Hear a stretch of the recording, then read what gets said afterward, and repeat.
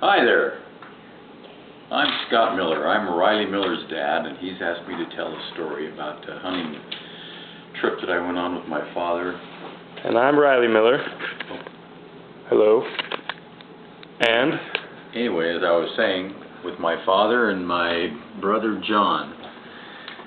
This happened way back when I was in 8th grade in Arizona. And, no, excuse me, I just got out of church. Excuse the time. But in this time of year in Arizona, the fun thing to do is to go quail hunting. And so one Saturday morning, my dad said, you know, John, Scott, if you guys get your work done, I'll take you quail hunting. So we got our work done, so we jumped in the truck and went out north of Mesa out in the desert to go quail hunting.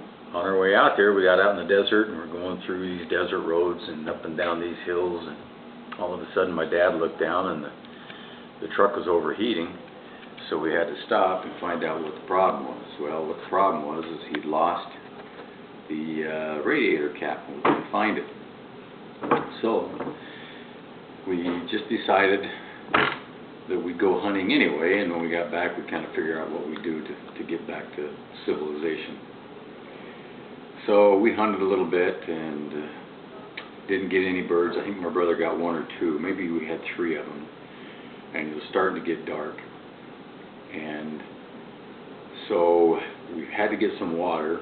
And Dad, being the great hunter and wise old man that he was, he found a cattle trail and figured, well, that's going to take us to a water tank. And so we had these pipes in the back of the truck that were welded. It had a welded plate on the end so you could carry water in them, and they weighed about 5 pounds apiece. And so we each grabbed 2 of them and we walked this trail, and we finally found a water hole that the cattle used. So we filled those up and we took them back to the truck, and it was about a 1.5 mile walk. And we put water in the truck and it still wasn't enough to fill it up. So then we went back, and by now it's dark and it's getting cold because it's November, and in the desert it gets cold at night. So we got enough water after the second trip to fill up the radiator in the truck, but by now it was too late, so we just decided that we'd spend the night. Well, we didn't have sleeping bags or any camping equipment, and so what we did is we got into a wash, which is a dry creek bed that is full of big gravel sand, and we cleaned out the birds and we ate the 3 birds that we had shot. Now I want to go back a little bit and say we didn't tell my mother, Dad didn't tell Mom where we were going hunting at. Okay, so nobody knows where we're at.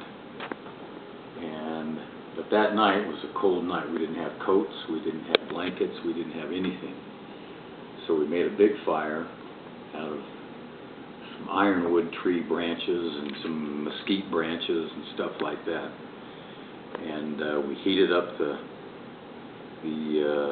sand with the fire, and then we pushed the fire off to the side, pushed all the ashes and stuff off to the side, and then we dug holes in the sand, and we buried ourselves in the warm sand for the night. Sounds a little primitive, but it kind of worked. It wasn't the best night's sleep I've ever had, but we did keep the fire going as much as we could. And then in the morning, we got up and we just kind of chose not to do any more hunting. We figured we had to get home. So my dad did find the radiator cap, so we put that on the truck, and that's fine, 4 minutes, we have plenty of time. So we put that on the truck and we started driving, and we figured it'd be quicker to go through Sycamore Creek Wash than it would be to go backwards, because we really kind of had lost our way a little bit. The funny thing about it is that at night when we looked out over the desert and we looked to the south, we could see Mesa, Arizona, which is probably only 10 miles away. You know, so we weren't away from civilization, but it was just kind of difficult to get back. So we started driving across Sycamore Wash, which is probably about a 1/4 mile wide, and we we got bogged down in the sand. So we spent all Sunday morning trying to get through the other side. And finally, about 2.5 hours later, some guy in a four-wheel drive truck came up and he hooked up some chains and pulled us out. By this time, my mom at home, not knowing where we were and we not knowing what she's going through, more than likely being a mother and a wife, she was hysterical. So she called all of my dad's buddies, or not all of them, but a few of them who had airplanes. And then she called the police and the highway patrol. And everybody was on this big search for us, and everybody was going the wrong way.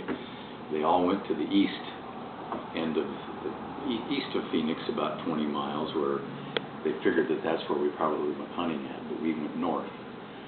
And so after going through the desert and finding another road that we can get up and get on the highway, we finally got on the highway.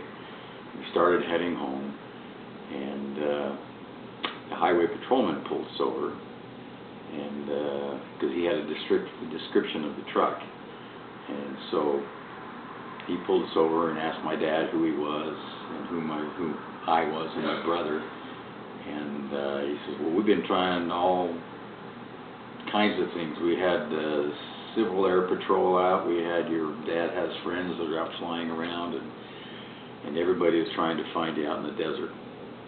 But they found us, and we got home and had a happy reunion with my mommy. And then the next day, Monday in school, we had made the newspapers and the news, and so we became instant celebrities.